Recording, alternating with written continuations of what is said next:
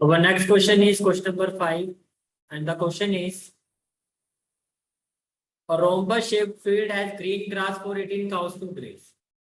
एक फील्ड है, एक ग्राउंड है, इसकी शेप कैसी है? रोम्बस। रोम्बस का मतलब इसकी सारी साइड्स क्या होती है? इक्वल होती है। ये बात समझ में आ रही है? रोम्बस एक पैरेललोग्राम होता है जिसकी सारी साइड्स क्या होती है? इक्वल होती है। इस पूरे ग्राउंड में, इस पूरे रोम्बस शेप जो फील्ड है, इसमें टोटल कितनी काउ ग्रेज करती है? 18।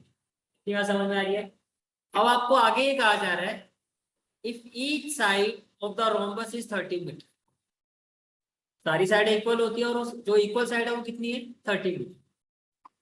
रोम्बस के जो डायगोनल्स होते हैं वो इक्वल नहीं होते। एक डायगोनल बड़ा होता है, एक डायगोनल छोटा होता है। जो इसका लॉन्गर डायगोनल है वो कितना है? 48 मीटर। इतनी बात समझ में आ रही है? How much area of grass field will each cow be getting? तो आपको पहले इसका क्या निकालना होगा? एरिया। टोटल एरिया जो होगा उसमें कितनी काउ ग्रेज कर रही है? 18 काउ। तो 1 काउ का निकाल सकते हो। उस एरिया को 18 से क्या कर दोगे? डिवाइड कर दोगे। तो अगर मैं क्वेश्चन की फिगर अगर हम देखें तो कुछ इस तरह की आपकी फिगर होगी। फिगर समझ में आ रही है आपको? ये जो है रोम्बस शेप फील्ड है। रोम्बस है तो सारी साइडें आप देख सकते हो इसकी क्या है? इक्वल है। You can see that all sides are equal. Is it clear? ठीक है। और ये इसका क्या है? Longer diagonal. तो अगर देखो मैं इस ट्राइंगल का एरिया निकाल दूं तो ऊपर और नीचे सेम ट्राइंगल नहीं, उसको मैं 2 से मल्टीप्लाई कर दूंगा तो पूरे रोम्बस का एरिया आ जाएगा। लॉजिक समझ में आ रहा है? तो अगर मैं ट्राइंगल एसीडी का एरिया निकालता हूँ तो पहले आप लिखोगे four triangle ACD. Can I say that let A is equal to 30 meter, B is equal to 48 meter and C is equal to 30 meter? यहाँ तक कोई डाउट? क्लियर है यहाँ तक सबको? ठीक है। अब सबसे पहले क्या फाइंड करोगे?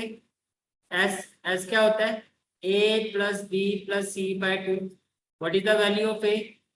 That is 30 plus 48 plus 30 divided by 2।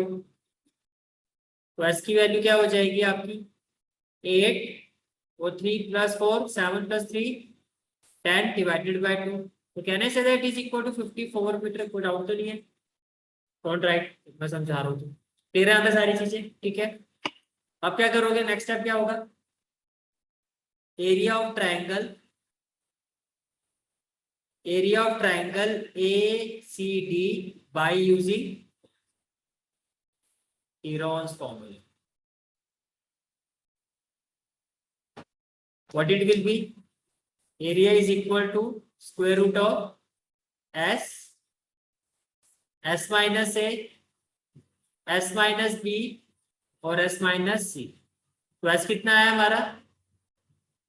54। S minus A कितना है? 54 माइनस 30। और डायगोनल कितना था हमारा? आई थिंक 48 था। यस। और S माइनस C हो गया 54 माइनस 30। यहाँ तक कोई भी डाउट है तो बताओ। क्लियर है यहाँ तक सारी चीजें? तो it will be equal to what? It will be equal to 54 4 5 minus 3 कितना हो जाएगा?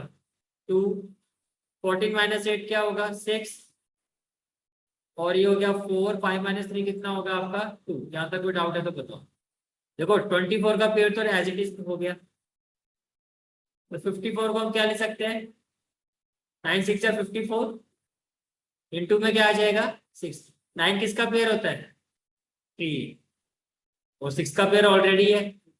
ये आ गया आपका। अब ये आपका आ गया एरिया ऑफ ट्राइंगल। मुझे क्या निकालना है? Area of rhombus. तो डायरेक्टली अगर मैं ये बोलूं कि एरिया ऑफ ग्रास फील्ड तो क्या मैं ये कह सकता हूं?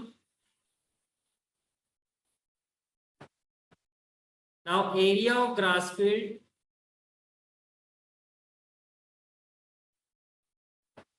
Equal to area of rhombus. पहले बोलो ये ठीक है। और क्या मैं एरिया ऑफ रोम्बस को कह सकता हूँ? Twice into area of triangle. इस ट्राइंगल का एरिया निकालना है हमने ACD। यहाँ तक कोई डाउट है तो बताओ। क्लियर हो गया यहाँ तक? तो ये कितना हो जाएगा? 2 इंटू 24 इंटू 3 इंटू 6 सेंटीमीटर। अब मुझे एरिया फाइंड नहीं करना तो मैं इसको मल्टीप्लाई नहीं करना। लेकिन एक बात क्लियर है कि ये जो भी वैल्यू है इसका मतलब ये हुआ एरिया ऑफ ग्रास फील्ड